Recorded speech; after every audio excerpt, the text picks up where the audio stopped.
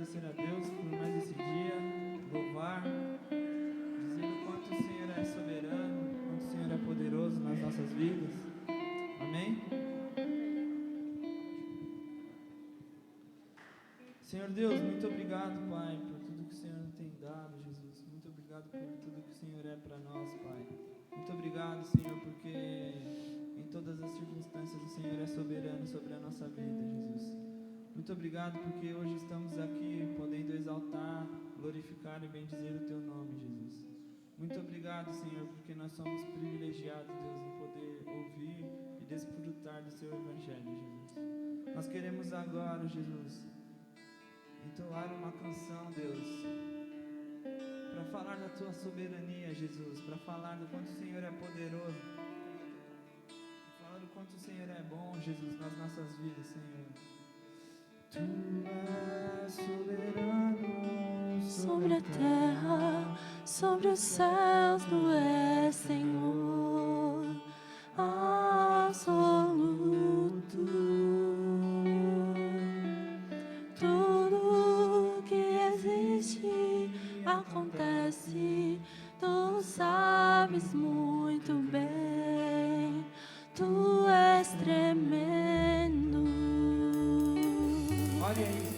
Tu és soberano sobre a terra, sobre o céu, Tu és Senhor absoluto. Tudo que existe acontece, Tu sabes muito bem, Tu és tremendo. Apesar desta glória que tens, Tu te importas comigo também. E esse amor tão grande eleva-me, amar-me a Ti. Tu és tremendo.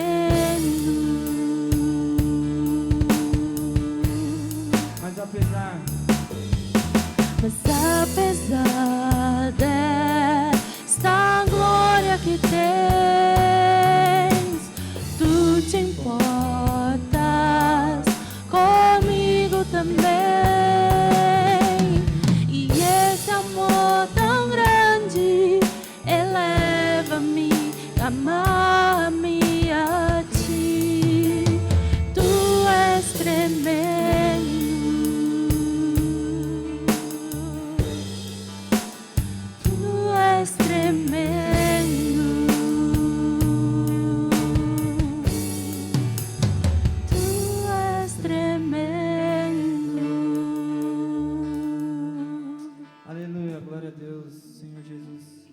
É digno, o Senhor Jesus é soberano. Amém?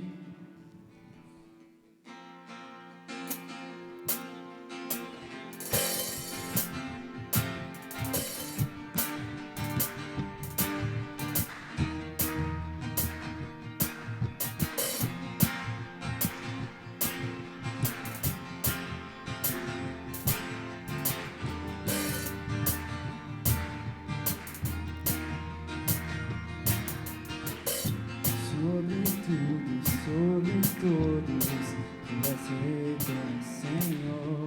O Teu povo Te adora, o Teu nome louvará. És refúgio e segurança, melhor tribulação, fortaleza, esperança, dono do meu coração.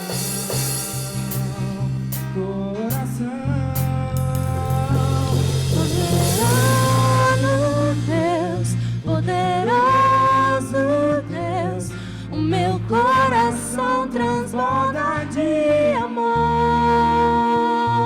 Soberano Deus, poderoso Deus, Tua graça é melhor do que viver.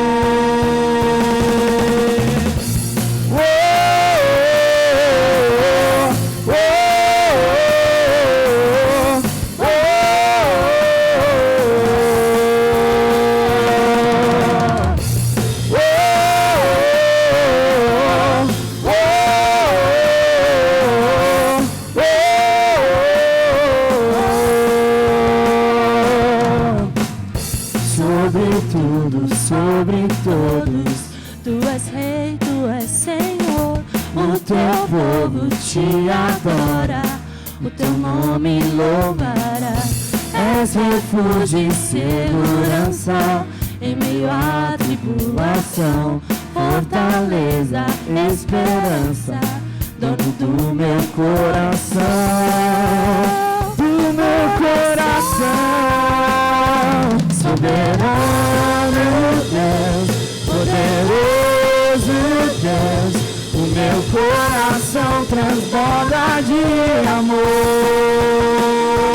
Soberano Deus, poderoso Deus, Tua graça é melhor do que viver. Soberano Deus, poderoso Deus, o meu coração transborda de amor. Soberano Deus, poderoso Deus, Tua graça é melhor do que viver.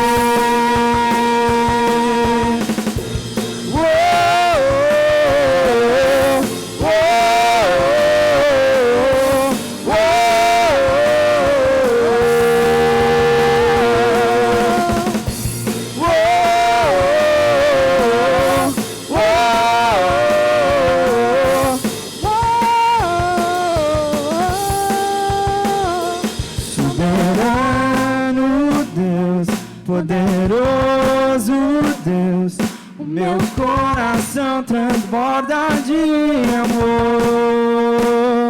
Soberano Deus, poderoso Deus, Tua graça é melhor do que viver. Soberano Deus, poderoso Deus, o meu coração transborda de amor. Soberano Deus, poderoso Deus, Tua graça é melhor do que viver.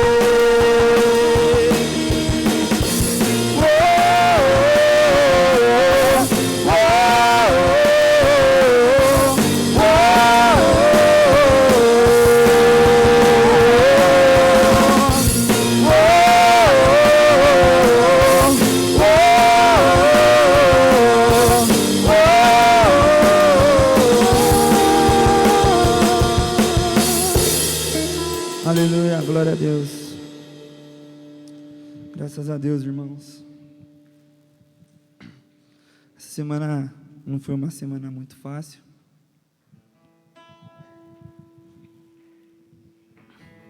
Eu tive alguns problemas de saúde,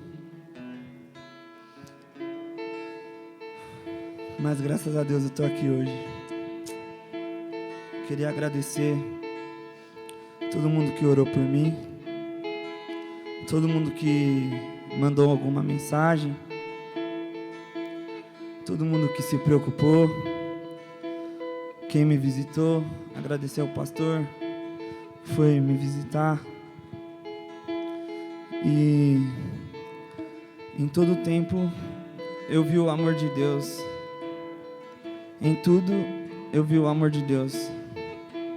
Em tudo que aconteceu, até o fato de eu estar mal, até os resultados do exame, o quarto do hospital, em tudo eu vi a soberania de Deus e a graça de Deus na minha vida. E antes de acontecer tudo isso, Deus já estava falando muito forte ao meu coração sobre a soberania dele. Deus já estava tratando no meu coração de como Ele é poderoso em todas as coisas, de como Ele cuida de todas as coisas, independente da circunstância. Porque aos nossos olhos pode ser difícil, mas Deus é soberano sobre tudo. E eu me alegrei, apesar da situação não ser boa, eu estava bem alegre.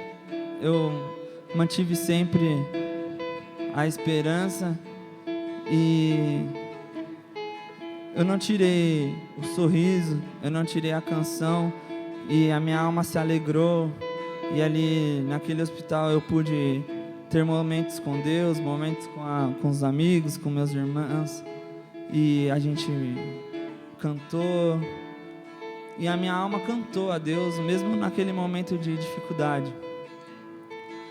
E essa canção, ela diz pra gente cantar com a nossa alma, porque o amor de Deus é muito grande.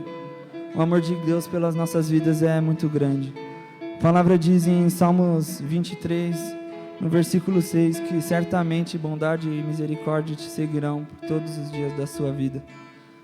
E não importa a circunstância, a bondade e a misericórdia do Senhor vai te seguir. E o amor de Deus vai transformar qualquer situação, qualquer quadro clínico, qualquer problema físico, qualquer doença. Amém?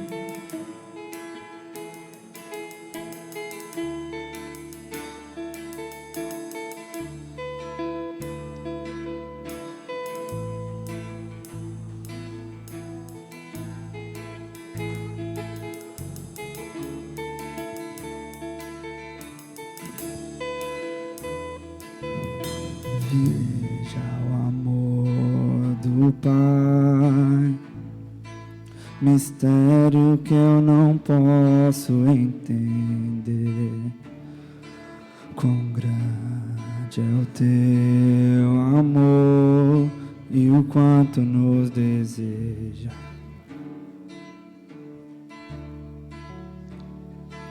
As coisas desse mundo não são nada diante dele. Pai infalível, o que se compara a ti?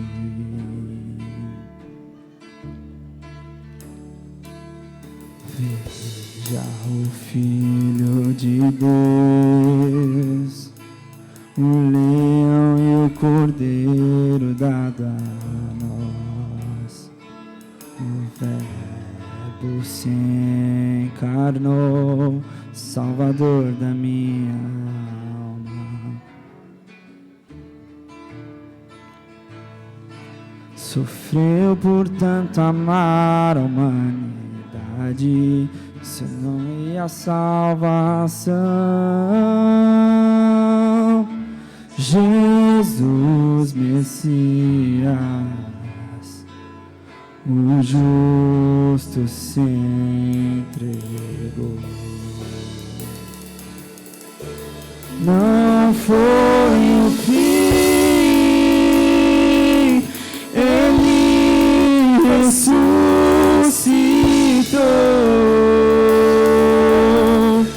Canta minha alma, canta minha alma, que amor tão grande, que amor tão grande, que grande amor.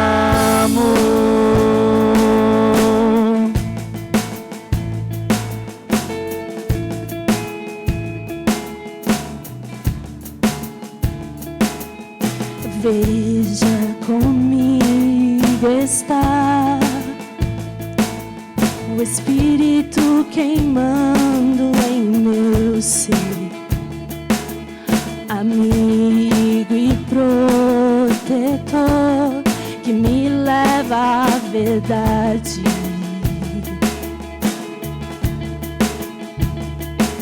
Traz luz para o meu perdido coração, até teu tempo aqui findar. Ó Santo Espírito, o teu reino quero ver. Ó Santo Espírito, faz em mim o teu querer.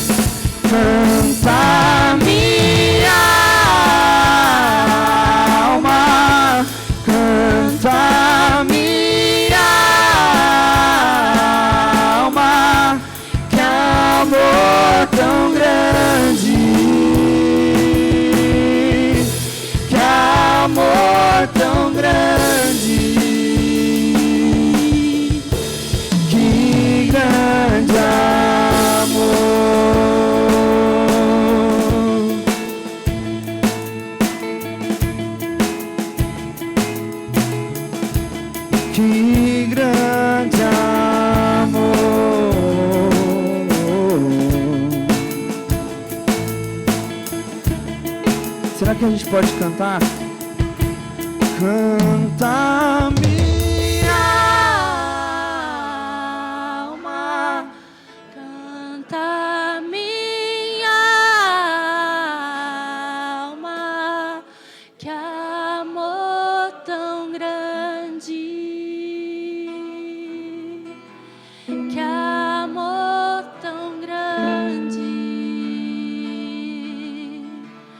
Canta minha alma, Canta minha alma, que amor tão grande,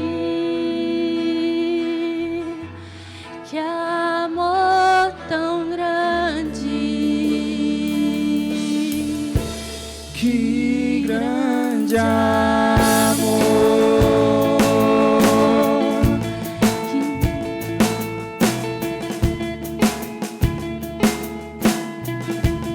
Que grande amor.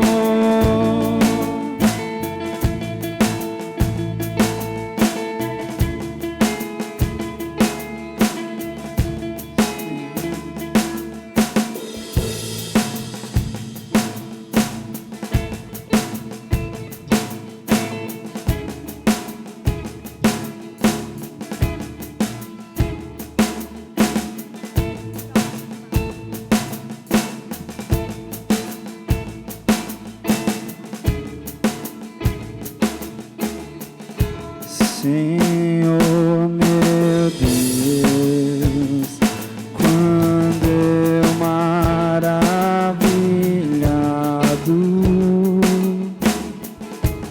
contemplo a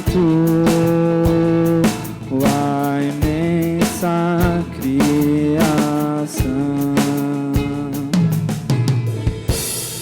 a terra e o mar e o céu todo estrelado me vem falar da tua perfeição. Então minha alma canta a ti, Senhor, grandioso és tu, grandioso és tu. Então minha alma canta a ti, Senhor, grandioso és tu, grandioso és tu. Quando as estrelas tão de mim distantes, vejo a brilhar com vívido esplendor. Relembro, ó Deus, as glórias cintilantes que meu Jesus deixou por meu amor. Então minha alma canta a ti, Senhor, grandioso és tu, grandioso és tu. Então minha alma canta a ti, Senhor, grandioso és és tu.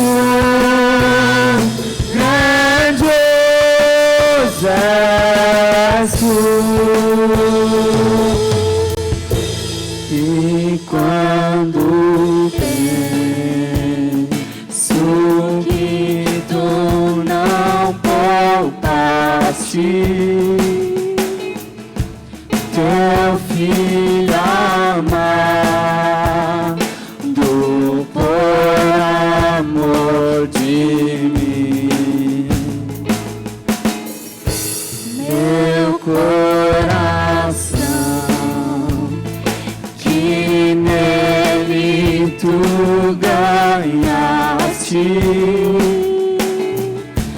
transborda, ó Pai, de amor que não tem fim. Então minha alma canta a ti, Senhor. Grandioso és tu, grandioso és tu. Então minha alma canta a ti, Senhor. Grandioso és tu, grandioso és tu. E quando Cristo amado meu voltando, aleluia, vier dos céus o seu povo buscar, no lar eterno quero jubilando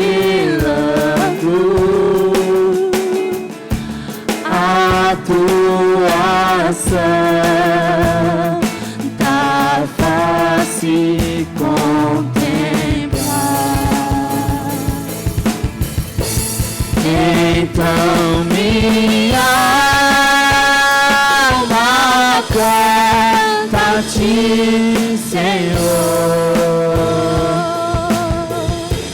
Grandioso és tu, grandioso és tu. Então minha alma canta a ti, Senhor. Grandioso és tu, grandioso és tu.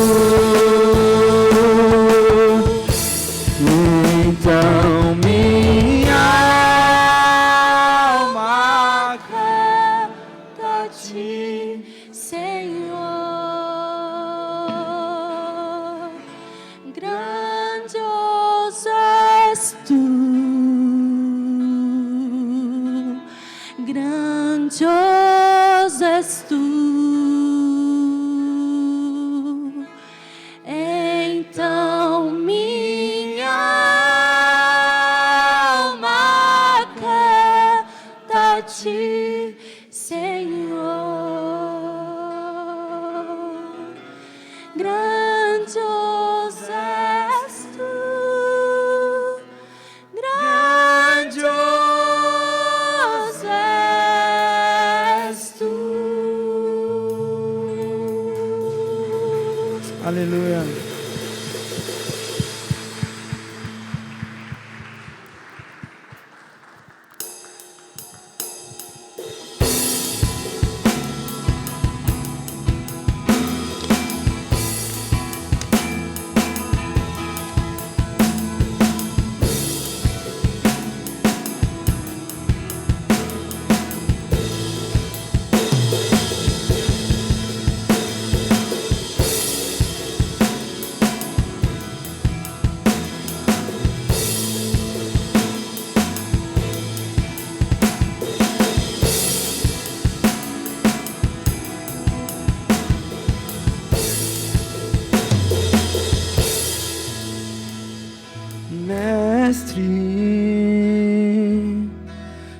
já não sei viver sem ti, pois o meu coração nasceu pra te seguir. Mestre, sei que tu tens todo o poder, basta uma palavra tua pra vida acontecer. Poderoso, soberano, quero ouvir a tua voz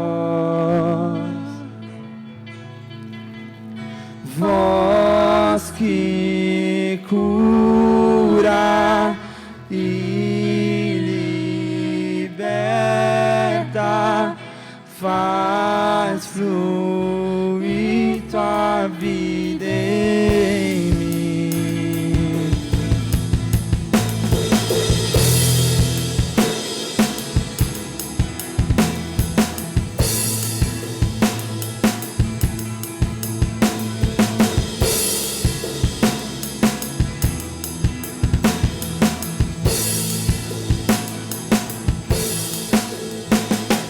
Mestre, eu já não sei viver sem ti, pois o meu coração nasceu pra te seguir. Mestre, sei que tu tens todo o poder, basta uma palavra tua pra vida acontecer.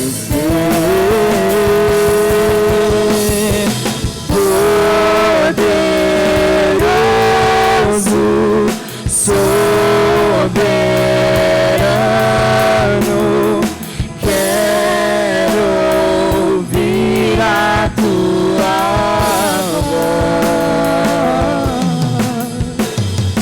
voz que cura e liberta, faz fluir tua vida em mim. Poderoso, poderoso, soberano, quero ouvir a tua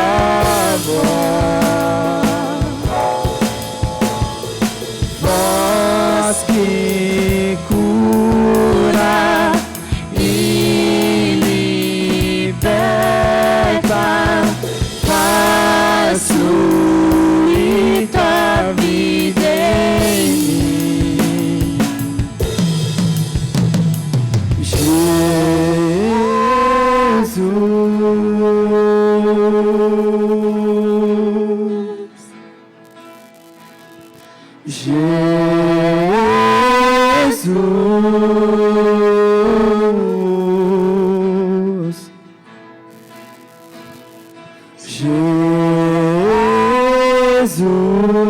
Jesus, basta uma palavra tua. Jesus, basta uma palavra tua. Jesus, basta uma palavra tua. Jesus,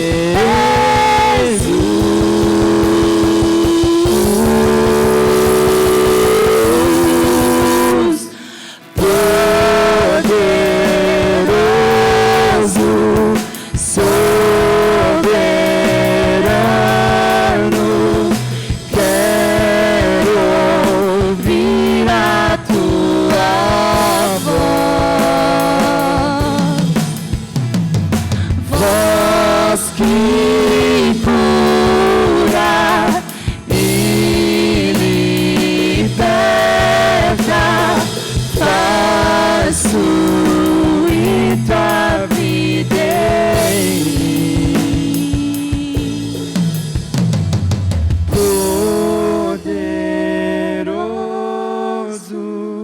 soberano,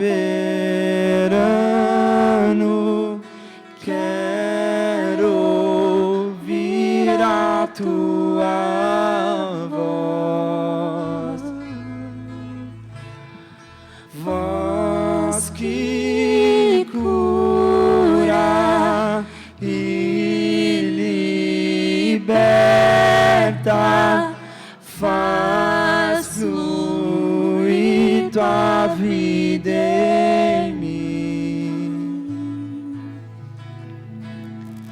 faz fluir tua vida em mim, faz fluir tua vida em mim.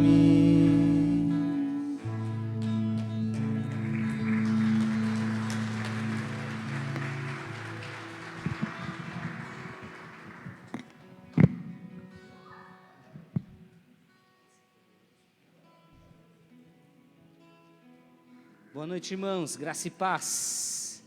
Boa noite, graça e paz. Acabamos de cantar que o nosso Deus é um Deus poderoso, é um Deus soberano, é um Deus que cura, que liberta, que faz coisas extraordinárias.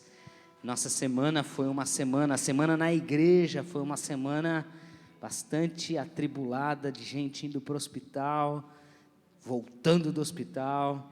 Eu acho que a gente poderia dedicar uns minutos do nosso culto para interceder uns pelos outros, para pedir que Deus cure, que Deus liberte, que Deus restaure, que Ele continue a operar no nosso meio para a honra, glória e louvor do Seu nome, porque tudo que fazemos serve e deve contribuir para que o nome de Deus seja conhecido, exaltado e louvado. Então eu gostaria de te convidar, se você deseja receber uma oração, se você deseja pedir que Deus renove suas forças, pedir que Deus te cure, te liberte, que Deus faça algo extraordinário aí na sua vida, queria te convidar a vir aqui à frente, para a gente orar por você, como um sinal da sua fé, no nome do nosso Senhor Jesus Cristo. Alguém gostaria de receber oração? Louvado seja Deus. Quem mais quer vir à frente para pedir a Deus, para clamar a Jesus? O nosso Deus é o Deus que tudo pode. E nós estamos aqui para fazer isso, para orar, para interceder uns em favor dos outros, para a honra e glória do nome do nosso Senhor Jesus Cristo. Amém. Amém. Pastor Renato, venha fazer essa oração, por favor. Alguns sentaram, outros estão em pé. Será que a gente pode ficar em pé, estender as nossas mãos em direção uns dos outros? Será que alguns presbíteros poderiam vir aqui à frente e abraçar os nossos irmãos que aqui estão, tocar as mãos sobre eles, pedir que Deus ministre na vida dos nossos irmãos, cure, liberte, faça a obra que precisa ser feita. Ele sabe muito bem das suas necessidades, e nós conhecemos muito bem o Deus que tudo pode fazer. Então a gente clama, a gente pede, e a gente confia no nome de Jesus, e Ele derrama sobre nós da sua graça libertadora, do seu poder infinito, para nos abençoar, para cuidar de nós, no nome de Jesus. Vamos orar, feche seus olhos, levante suas mãos, vamos clamar ao nome de Jesus. Santo e bendito Deus, nós declaramos com os nossos lábios e com o nosso coração, com a nossa fé em Ti, que Tu és soberano, Senhor. Nós declaramos, Senhor, com a nossa fé, com as nossas palavras, Senhor, com a nossa vida, que Tu és soberano e Tu és poderoso, Senhor. Nós confiamos, Senhor, na Tua palavra, nós confiamos no Teu governo sobre as nossas vidas. Nós confiamos, Senhor, as nossas vidas no Teu altar, porque nós reconhecemos o Teu amor derramado por nós, Senhor. E nós não estamos aqui, Senhor, simplesmente porque vivemos e recebemos tantas e tantas bênçãos do Senhor, mas porque reconhecemos que o Senhor Deus está sobre nós, sobre as nossas vidas, Senhor, ministrando, Senhor, com o Espírito Santo nos nossos corações a cura, Senhor, a libertação, Senhor, das nossas vidas, das coisas que não te agradam, Senhor, e que muitas vezes nos afastam de ti, Senhor. E essa noite é uma noite de cura, Senhor, é uma noite, Senhor, de reconhecimento em que estamos na Tua presença, Senhor, que recebemos a Tua graça sobre as nossas vidas, recebemos o Teu poder, Senhor, mas reconhecemos acima de tudo que Tu és soberano sobre todas as coisas, Senhor. Pelas Tuas pisaduras nós somos sarados, Senhor. E todos os dias nós recebemos a Tua misericórdia sobre as nossas vidas, ó Pai.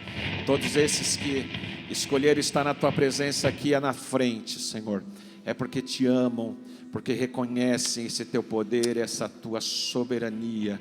E no nome santo, bendito, doce, poderoso, glorioso de Jesus Cristo, nós agradecemos por cada vida aqui presente. E que a superabundante graça de Jesus Cristo esteja com cada um de vocês nessa hora.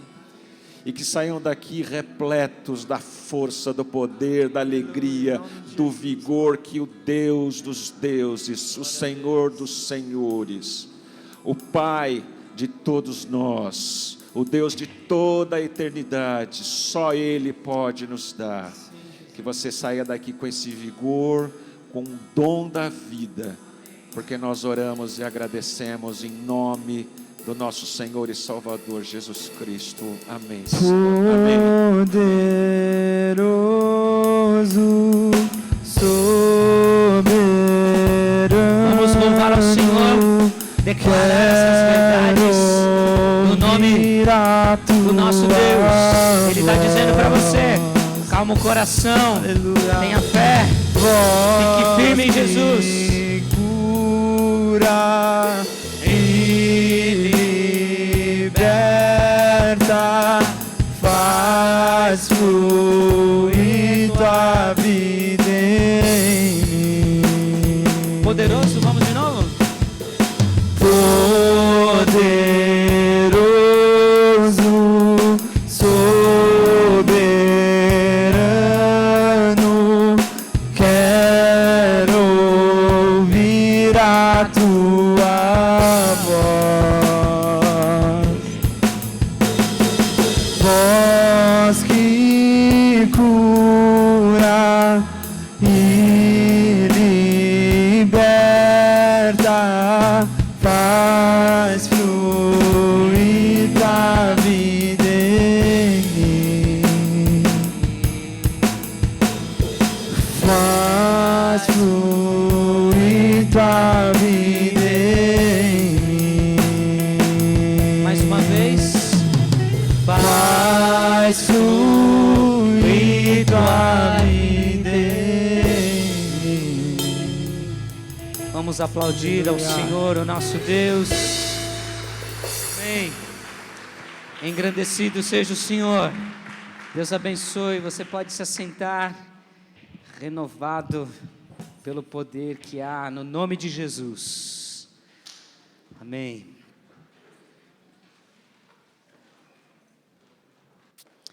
Antes de chamar as crianças e o pastor Diego para nos trazer a palavra de Deus, chamar as crianças para orar por elas e elas saírem para o culto e chamar o pastor Diego para pregar a palavra de Deus, temos 2 recadinhos importantes para dar aos irmãos. Nesta semana passada, ou na semana passada, nós reiniciamos os cultos nos lares. E foi na residência do diácono Zé Ricardo, da diaconisa Núbia, e foi um tempo tão gostoso, gente, foi tão bom a gente poder estar juntos no lar e cultuar a Jesus Cristo. As crianças estavam lá, várias crianças. Teve uma hora que o brinquedo da Amaya estava concorrendo com o pastor Luiz na pregação da palavra de Deus, mas foi tão gostoso a gente poder celebrar o nome de Jesus. E nesta semana nós teremos de novo na residência do seu Pedro Moreira. Seu Pedro Moreira, nesta semana pediu: pastor, gostaria muito que tivesse um culto nesta semana, essa semana, na minha residência, porque é uma data especial, marca o nosso coração, o coração dele, da dona Nésia, que já não está entre nós. Eu falei assim, nós vamos fazer esse culto, nós vamos estar lá, louvando e adorando o nome de Deus. Então, todo mundo convidado, o endereço está aí, eu passo para os irmãos depois pelo WhatsApp, quarta-feira, 20 horas, tá bom? Queria a tua presença lá, na casa do irmão Pedro, para a gente adorar o nome de Jesus, tá bom? E no sábado, às 10 horas da manhã, acho que é isso, e 10h30, encontro dos 50 a mais. Tem alguém que é terrível em casa, viu, gente? Quero dizer um negócio para vocês. Encontro dos 50 a mais, aqui na igreja. Isso, aqui na igreja, 10h30. Então, você acima de 50 anos, está mais do que convidado, está convocado para estar aqui com a gente, tá? A imagem não representa o pessoal de 50 anos, né? Representa os que já passaram um pouquinho mais dos 50. Mas quem tem 50, pastor Renato já tem, né? 50, pastor Renato? Já está com esse cabelinho branco aí. Então, todo mundo convidado, tá bom? Sempre teve. A Márcia defendendo o esposo aí. Joia. Então, e próximo domingo, 10 horas, nossa escola bíblica, e às 18 horas, o culto de louvor e adoração ao nosso Deus. As crianças até 11 anos. Vitor, vem aqui. Você vem aqui do meu lado. Vem cá. Pastor Diego, vem cá. O Vitor vai orar pelo pastor Diego. Tá bom? Ele aqui, ó. Esse barbudo aqui, ó. Ele que vai pregar, tá bom? Aí você vai, calma. Aí você vai orar por ele. Para que todo mundo ouça a palavra de Deus. E quem vai ficar com os nossos pequeninos hoje? O Gabriel já está aqui. A Bruna também, é isso? Não. Berçário não vai ter. Tá bom, as crianças do berçário podem vir para a oração, depois os pais voltam e fiquem aí com seus filhos, porque teve um imprevisto e a professora não está com a gente, tá bom? Então, o Vitor vai orar pelo pastor Diego, tá bom? E por todos nós. Ele veio para pregar, tá bom? Boa noite. Jesus, meu Deus, meu Pai, que a gente está aqui nessa noite para celebrar o Senhor, que todo mundo receba o nosso pregador que veio aqui na igreja, Deus, que veio pregar a palavra, e abençoar todo mundo nessa noite, que todo mundo veio falar sobre o Senhor, Deus, que as crianças consigam também aprender sobre o Senhor. E é isso que eu te peço, em nome de Jesus, amém. Amém, amém. Obrigado, Vitor. As crianças podem sair, então, para o culto. Pastor Diego é professor no nosso seminário em Anápolis, o CTCEB. Ele e a Ana Paula, sua noiva, vieram para uma atividade intensa com a nossa juventude nesse final de semana. E de todo o nosso coração, nossa palavra de gratidão aos dois, por tudo o que eles já nos abençoaram, já abençoaram a vida da nossa juventude, e hoje ele tem a responsabilidade de nos trazer a palavra de Deus. Pastor, Deus te abençoe, obrigado por tua presença. Obrigado. Boa noite, irmãos. Saúdes, irmãos, com a graça e a paz de Cristo. Amém? Esse negócio de ministrar para a juventude, eu estou velho, rapaz. Eu não sei como é que essa turma aguenta. Eu já estou aqui pedindo descanso, mas a turma tem muita energia. Mas é um prazer imenso, tanto para mim quanto para a Ana Paula, estar aqui com os irmãos, compartilhando um pouquinho da palavra e aprendendo muito com vocês também. É uma grande honra, uma grande alegria, especialmente porque, enquanto eu estava me preparando para vir, eu descobri que muita gente lá no CTCEB passou por aqui. E aí muita gente falava, eu tenho um irmão lá, eu era de lá e etc. O pastor Diogo esteve lá conosco um ano, a Cíntia Vesserlino também está por lá, e a Dani, esposa do pastor Klaus. E é isso, nossa, então a igreja é muito próxima do CTCEB. Inclusive, eu preciso falar um pouquinho do CTCEB, porque senão o reitor, o pastor Tiago, me dá as contas. A gente tem que falar. Então, quando ele perguntar, você fala, não, ele falou lá do CTCEB. CTCEB, que é o nosso seminário, o seminário da Cristã Evangélica, lá em Anápolis, para onde vocês vão enviar os próximos seminaristas e missionários para serem treinados. Então, o CTCEB está sempre evoluindo com os seus cursos. A gente tem um curso, o Discípulo, por exemplo, que é 1 ano só, para quem não quer, precisa assim, necessariamente entrar no ministério, mas quer conhecer um pouquinho mais a palavra de Deus e teologia e quer se preparar em 1 ano, nós temos esse curso lá. E também temos o bacharel, que é o nosso carro-chefe, né? 4 anos de preparo para aqueles que sentem um chamado pastoral, que querem ingressar tanto no trabalho pastoral quanto em missões ou educação cristã. Então, homens e mulheres vocacionados, tanto para o ministério como para a educação teológica, são muito bem-vindos, obviamente, no seminário que é dessa casa, que há muitas décadas tem abençoado o Brasil, né, através da ICEB, de pastores formados lá no CTCEB. Há uma série de cursos também que você pode fazer online, só entra lá no site do CTCEB e você vai encontrar um pouco dessas informações. Inclusive, agora, no próximo final de semana, nós temos a nossa conferência de vocações, né? Celebração em vocação. O pastor Eduardo Bittencourt será o nosso preletor. Teremos aulas experimentais. Eu darei uma aula no sábado pela manhã. Não sei ainda se será transmitido ao vivo, mas é sempre muito bom receber jovens e toda a turma da região e de outros lugares também, para serem desafiados ao ministério. A gente precisa, no Brasil, de mais homens, pastores, missionários, pregando a palavra de Deus com fidelidade, mais mulheres dando aula em nossos institutos, aprendendo mais as Escrituras, e essa celebração e vocação tem esse objetivo, tá bom? E aí está, pastor Tiago, quando perguntar, vocês já podem falar. Muito bem, vamos abrir a nossa Bíblia em Colossenses capítulo 1. Eu quero ler alguns versos dessa carta de Paulo, uma das cartas da prisão, que Paulo escreveu enquanto estava preso em Roma.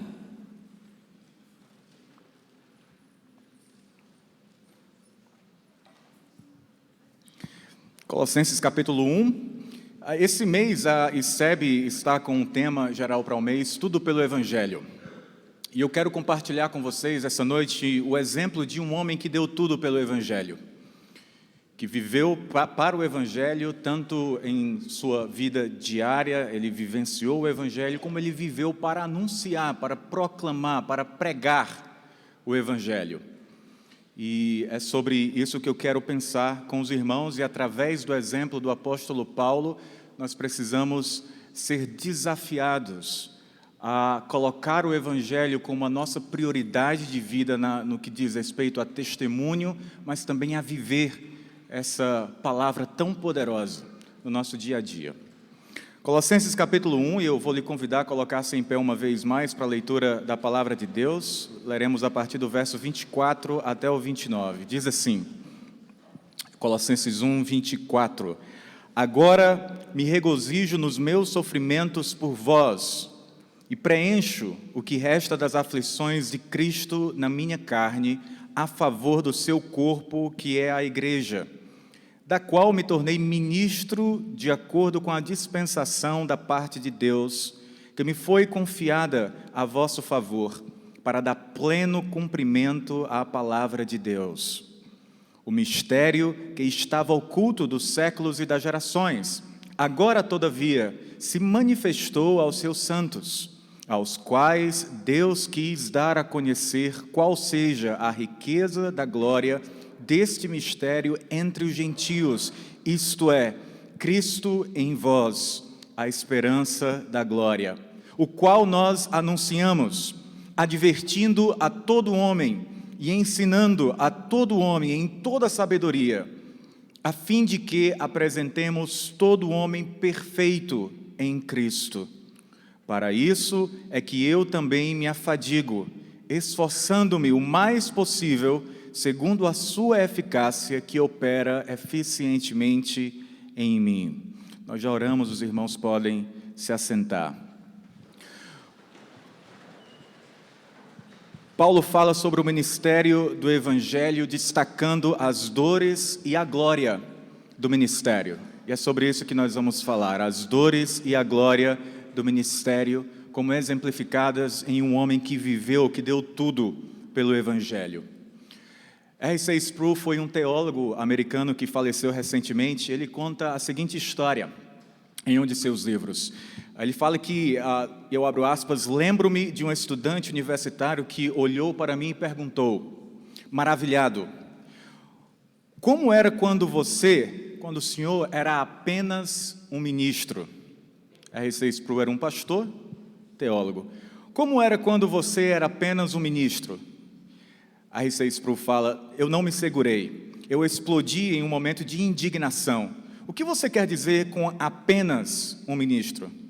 Você não percebe que o ministério é a mais alta vocação na terra? Deus tinha apenas um filho e ele o fez um pregador. É verdade que o ofício do pregador do Evangelho, bem como o Evangelho, é glorioso. Porém, um mensageiro precisa encarar seu ofício com um coração de servo. Esta é uma das primeiras coisas daqueles que são chamados para servir o Senhor Jesus. Ele possui um coração de servo. Eu gosto muito da maneira como Paulo inicia a sua carta aos Romanos.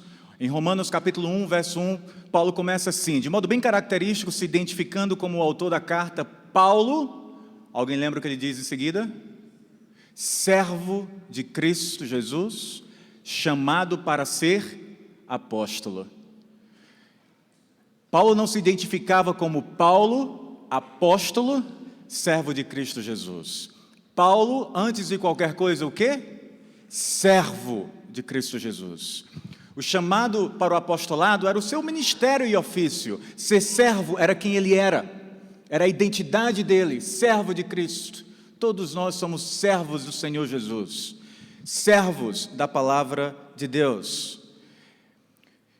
E aqui Paulo, exemplificando esse coração de servo, nos fala um pouco das dores e da glória do ministério da palavra de Deus, sem a qual nós não temos evangelho. É o evangelho.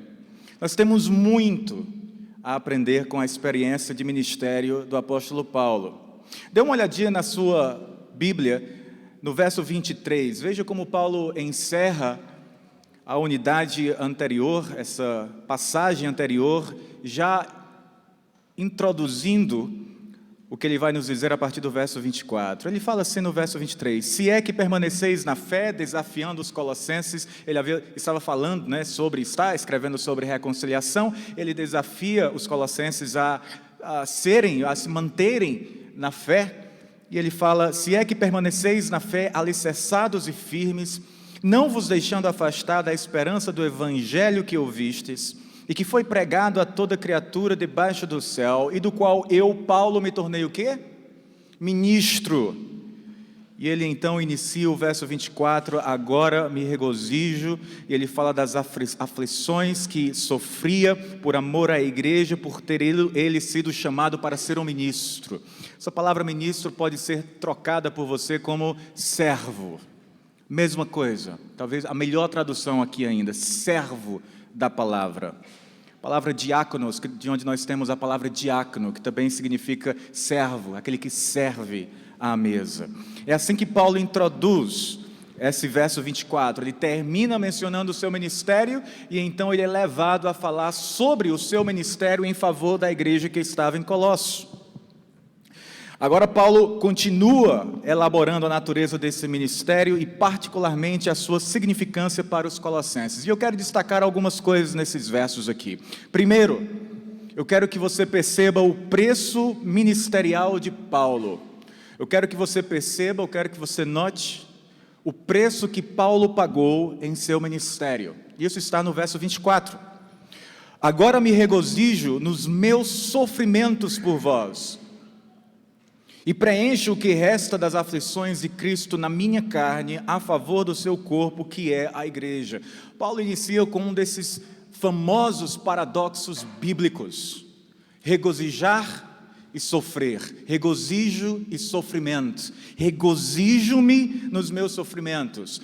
Poucas coisas são mais contraculturais no Ocidente do que esse par aqui, de regozijo e sofrimento. Paulo se regozijava no sofrimento não porque ele era um masoquista, mas porque o sofrimento cristão sempre tem um propósito, sempre tem um alvo. E ele se regozijava nos seus sofrimentos, porque com isso ele serviu quem? A igreja de Deus. Ele completava os sofrimentos de quem? Do próprio Cristo Jesus, a quem nós somos chamados a imitar, correto? Nós devemos andar nos passos de Cristo Jesus, não é assim? E ele falou que se perseguiram a ele, que é o mestre, eles também nos perseguiriam. O Senhor Jesus nunca fingiu que não haveriam sofrimentos na carreira cristã. Pelo contrário, ele nos advertiu desde o início que sem cruz e sem sofrimento não há discipulado. Não é assim? Paulo estava consciente disso. E como ministro, muito mais. Eu quero que você note aqui que a atitude ministerial de Paulo em sofrer, em se regozijar pelo sofrimento da igreja, não tem a ver também com um sofrimento expiatório pela igreja. É um texto bastante complexo e que foi já alvo de muitas interpretações equivocadas, porque há quem interprete esse texto no sentido de que o sacrifício de Cristo por nós na cruz não foi suficiente para a nossa salvação, e Paulo precisava então completar esses sofrimentos. O que, a uma primeira leitura, parece que é isso mesmo que Paulo está dizendo. Nós não temos tempo para entrar nisso, mas apenas para deixar algumas coisas claras, isso não tem nada a ver. A palavra que Paulo usa para sofrimentos em relação a Cristo nunca é usada em outro lugar no Novo Testamento para se referir ao sacrifício expiatório de Cristo Jesus na cruz. Depois, nós percebemos que em vários outros lugares Paulo é muito claro quanto à suficiência do sacrifício de Cristo na cruz, como sendo o sacrifício que pagou de uma vez por todas, por todos os nossos pecados. Então a pergunta que fica é: que sofrimentos são esses e como os sofrimentos de Paulo beneficiam a igreja em geral? Ele sofre em favor da igreja, preenchendo o que resta das aflições de Cristo na sua carne, em favor do seu corpo, que é a igreja. Na literatura judaica, Paulo era um judeu. Na literatura judaica do Antigo Testamento e em outros textos, nós encontramos menções a o que é conhecido como sofrimentos messiânicos. Seriam textos que se referem aos sofrimentos que o Messias prometido haveriam de experimentar em favor da sua igreja. Mas mais do que isso, nós percebemos que nos últimos dias, este Messias inauguraria uma era em que estes sofrimentos fariam parte dos seus seguidores, da sua igreja, do seu povo.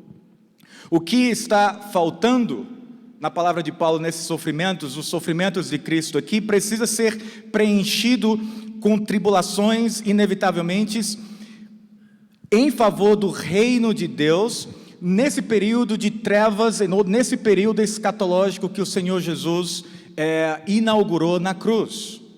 Nós lemos, por exemplo, no Novo Testamento que nós somos libertos do domínio das trevas, de fato. Mas você não foi levado ainda para um reino de conto de fadas, ou foi? A era messiânica que foi inaugurada por Jesus nos libertou do domínio das trevas, não é verdade? Mas este domínio, ou este novo reino de Jesus, ele foi simplesmente inaugurado no tempo presente. Ele ainda não foi consumado. Espera-se ainda um retorno triunfal de Cristo. E nesse período, entre a primeira vinda de Cristo e o seu último retorno, o seu segundo retorno e definitivo, você e eu recebemos a incumbência de lutar contra o domínio das trevas. E nessa luta, muito sangue, lágrimas e suor são derramados. O apóstolo Paulo se identifica com os sofrimentos do servo sofredor de Isaías. Nos últimos dias haveriam ais em favor da igreja e do povo de Deus. E esses ais são característicos da pregação do Evangelho, do avanço do reino, do carregar uma cruz sobre os seus ombros até o dia em que nós a trocaremos por uma coroa de glória e a receberemos das mãos do próprio Senhor Jesus. Porque o ministério de Paulo como pregador do Evangelho é uma extensão do trabalho de Cristo no mundo, Paulo identifica os seus próprios sofrimentos pela igreja, intimamente com os sofrimentos de Cristo. Em outras palavras, Paulo está simplesmente refletindo as palavras de Cristo, de que para seguir ao Senhor Jesus, nós precisaríamos carregar o quê?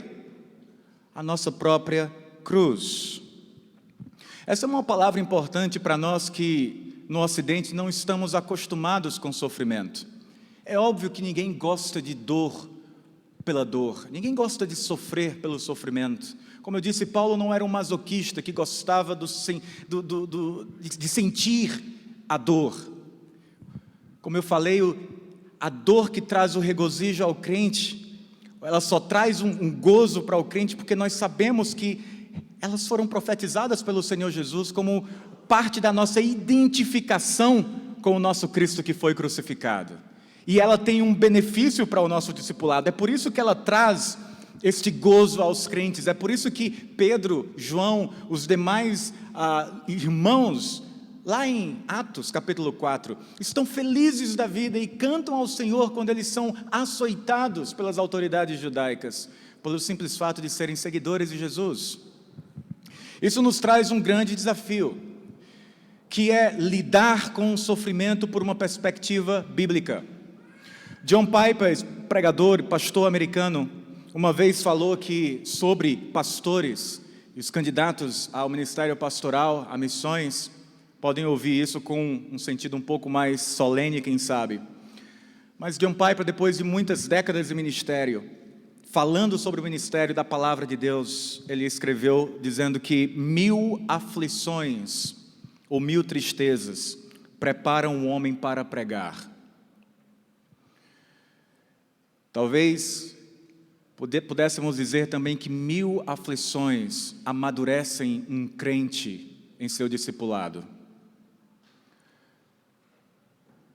Não há maturidade cristã sem que palmilhemos a via dolorosa de Cristo Jesus, como Ele mesmo colocou, dia a dia. Tome a sua cruz, dia a dia e siga-me. Não há maturidade cristã sem uma boa dose de sofrimento pela palavra de Deus e pelo seu Evangelho. Lutero, o reformador, ele falava de 3 chaves para a interpretação bíblica precisa: oração, meditação e sofrimento. As 3 maneiras de se entender a palavra de Deus. Talvez você já esteja enfrentando lutas, já esteja enfrentando provações na sua vida. Quem sabe pastores, presbíteros, líderes, futuros pastores já estejam enfrentando as lutas e os sofrimentos do ministério. Mas a vida cristã pressupõe essas lutas e sofrimentos. Aos Coríntios, Paulo escreve que, além das coisas exteriores, me oprime cada dia o cuidado de todas as igrejas. Leia as cartas de Paulo com cuidado, leia Atos e veja como vive um homem de Deus que tudo deu pelo Evangelho. Em Filipenses capítulo 1, eu compartilhava com os jovens ontem.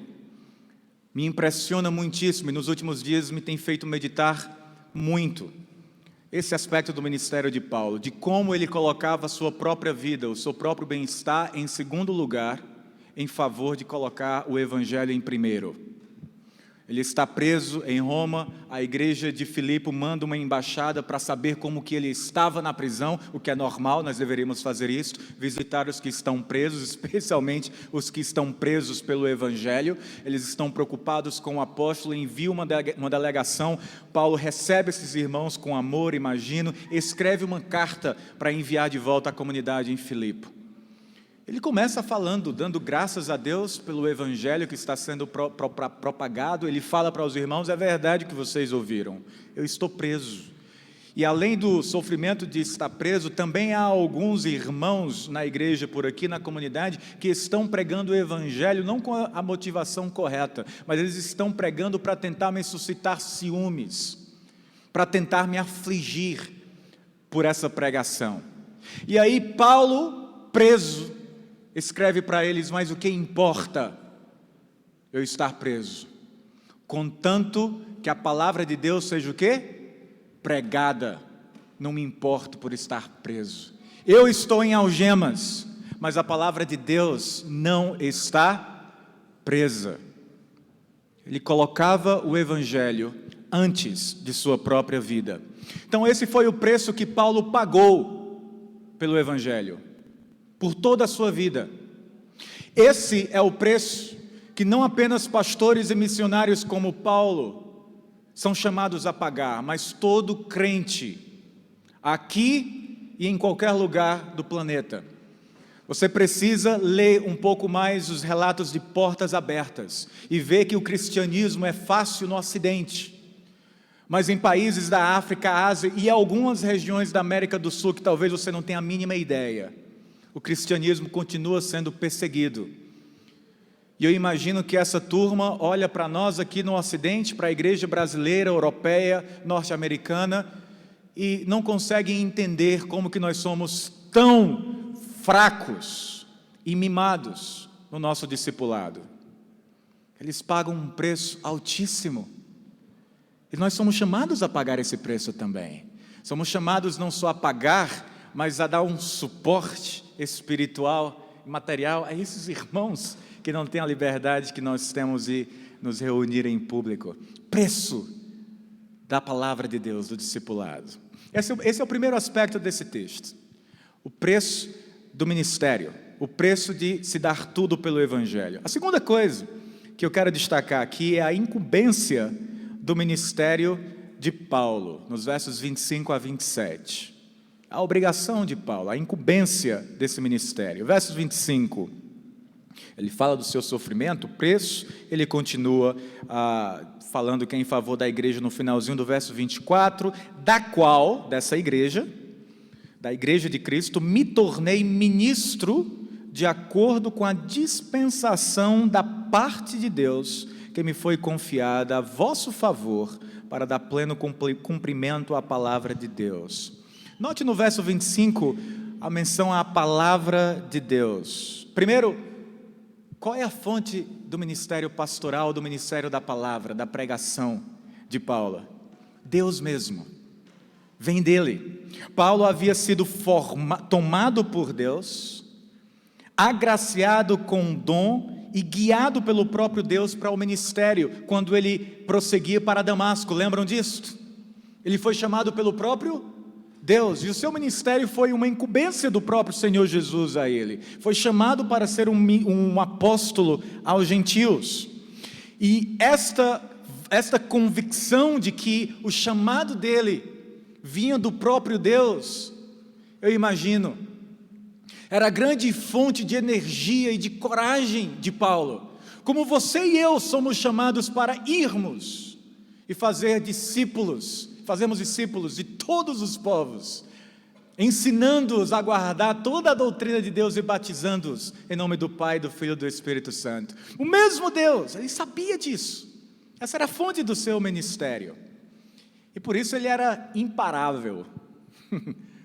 Era impossível parar o apóstolo Paulo, era impossível calá-lo, como foi impossível calar Pedro e João, quando presos pelo Sinédrio, foram ordenados a não mais falarem em nome de Jesus. E o que eles falaram? Pedro, de um caráter tão vacilante por toda a sua trajetória com o Senhor Jesus, mas agora Pedro muda, depois daquele discipulado duro com Jesus. De jeito nenhum, avaliem e julguem vocês mesmos se antes é correto obedecer a vocês antes de Deus. Paulo, não era possível calá-lo de forma alguma. Isso me lembra também Spurgeon, que na época dele, imagina, Spurgeon era um pastor inglês, que pregava lá no tabernáculo metropolitano para 5.000 pessoas sem microfone. Consegue imaginar? Baixinho, truncadinho e pregando no gogó para 5.000 pessoas no tabernáculo, semanalmente, mais de uma vez. E ele tinha uma escola de formação de pastores. E ele mesmo fazia a triagem de quem podia estudar na sua escola. E um dia chegou um rapaz franzino, magrinho, e querendo estudar para ser pastor lá na escola de Charles Spurgeon. E Spurgeon olhou para ele, olhou para a formação do tórax dele. Você precisava de um gogó, algo prático, está entendendo? Você não tinha microfone, você tinha que falar alto, tinha que ser forte para falar para essa turma toda. Spurgeon olhou assim e não levou muita fé no rapaz. Disse, esse aqui tem que comer muito feijão. Lá na Inglaterra não tem feijão. E aí como é que fica? Como é que esse rapaz vai ficar forte? Comendo peixinho? Não dá. Tem que comer carne, irmãos, e feijão, e farofa, como eu comi hoje. Entendeu? Ficar forte. Não tem lá. Se tiver no Ceará, macaxeira. Ou como é que você chama macaxeira aqui? Mandioca. Tem que ir para o Ceará aprender como é que se chama essas coisas. Então, macaxeira. Mas não tinha. Aí Spurgeon falou para ele, não dá para você. Olha, você precisa ir para casa e esqueça essa ideia de ser pregador do Evangelho. Esqueça isso. Você não tem a formação física necessária para isso. O rapaz olhou para Spurgeon e falou, a única maneira, com todo respeito, senhor Spurgeon, de o Senhor me impedir de pregar o Evangelho é cortando a minha garganta. Spurgeon falou, eu acho que eu me enganei, você pode entrar na escola. É isso mesmo. Essa é a convicção de quem entende a preciosidade do Evangelho que nós temos em mãos. Tesouros. Nessa experiência desse rapaz com Spurgeon, muito característica, em vasos de barro. O vaso é de barro, mas o tesouro é precioso demais, o Evangelho. Como eu já mencionei, o final de Colossenses 1:23, do verso 23, fornece uma transição para essa nova sessão sobre o ministério de Paulo, como mensageiro do Evangelho, do qual ele diz, Paulo, me tornei ministro, servo.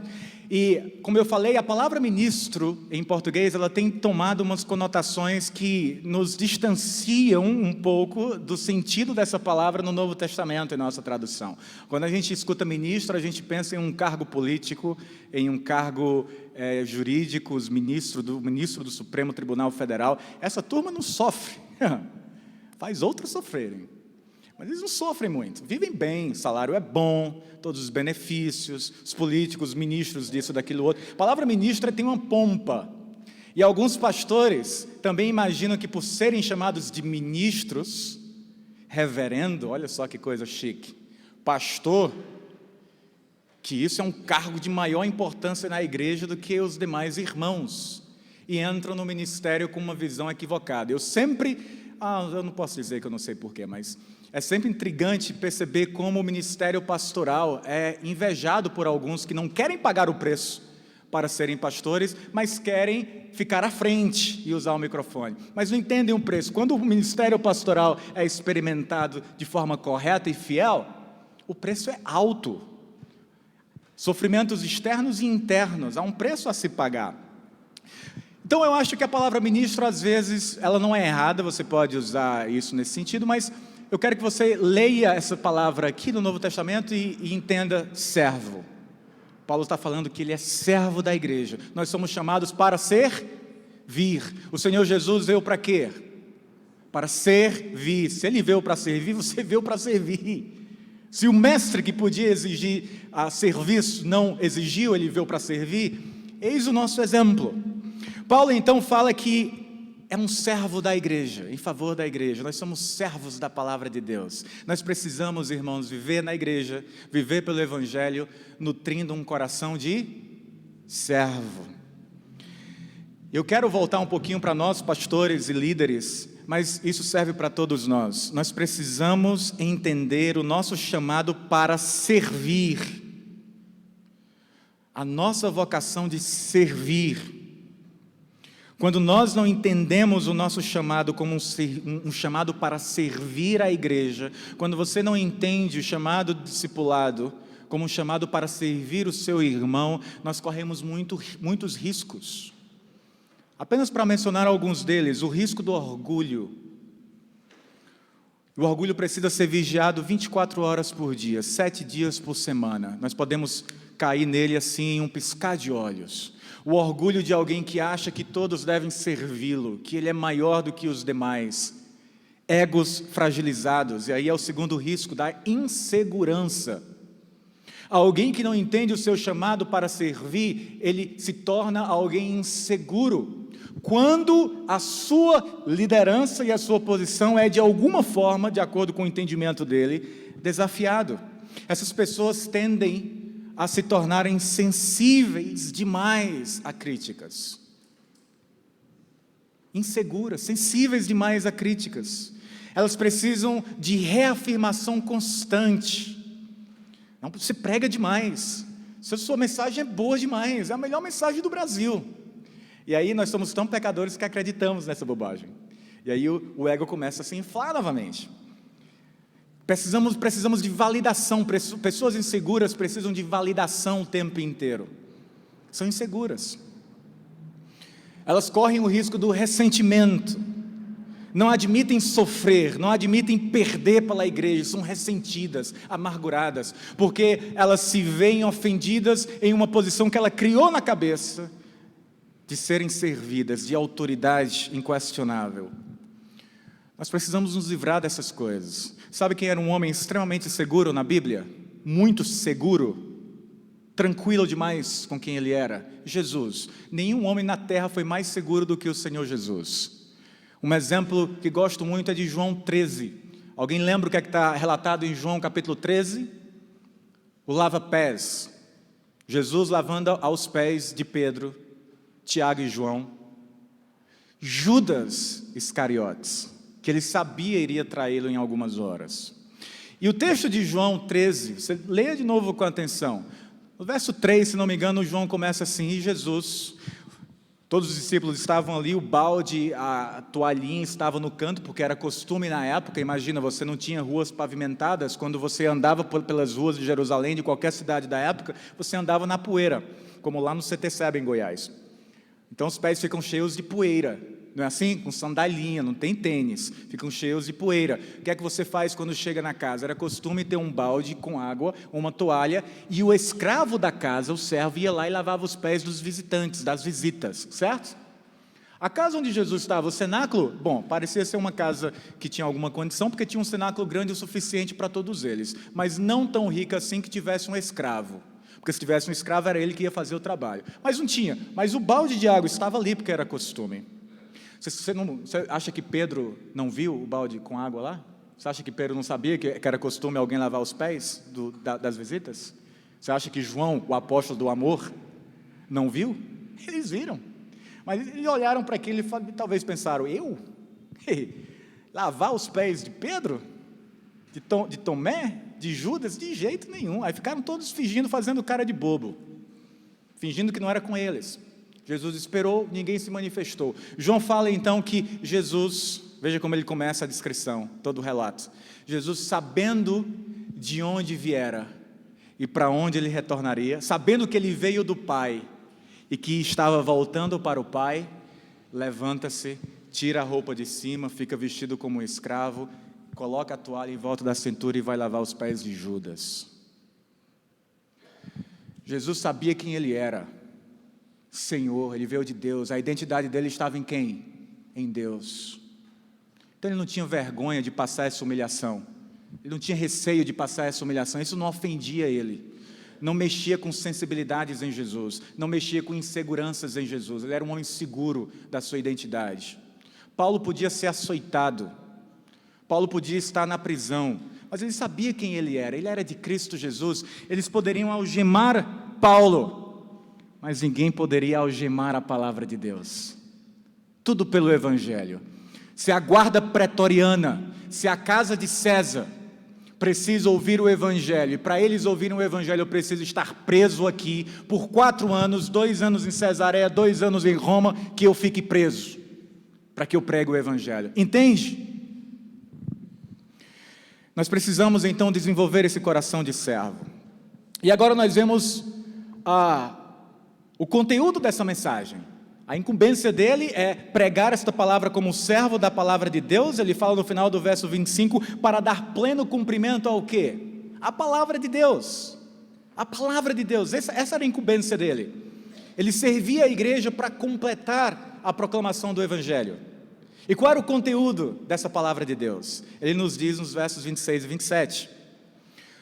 O mistério que estava oculto, dar pleno cumprimento à palavra de Deus, final do verso 25, o mistério que estivera oculto, ele está se referindo a essa palavra, dos séculos e das gerações, agora todavia se manifestou aos seus santos. Paulo se refere a esta palavra, a qual ele dá cumprimento, como sendo um mistério. E essa palavra mistério não significa algo que seja misterioso e dramático, mas é algo que estava oculto por algum tempo, aqui debaixo de panos, e agora foi revelado a todos nós. O pano foi tirado de cima, agora nós vemos. Paulo então se refere a esta verdade de Deus sobre o plano da salvação que havia permanecido oculto no passado, mas que agora, através de Jesus Cristo, foi o quê? Revelado a todos nós. No Antigo Testamento eles olhavam para frente e visualizavam o cumprimento da promessa, mas ainda era algo para eles um pouco estranho, difícil de entender. Como que isso vai se materializar? Estava um tanto oculto, mas agora está tudo às claras. A promessa, o cumprimento está aqui, foi revelado, é isso que Paulo se refere aqui. Ele vai adiante no verso 27, foi revelado a nós, no verso 27, aos quais Deus quis dar a conhecer, qual seja, a nós, a igreja hoje, a partir de Cristo, aos quais Deus quis dar a conhecer qual seja a riqueza da glória deste mistério entre os gentios, você e eu, se você não for judeu.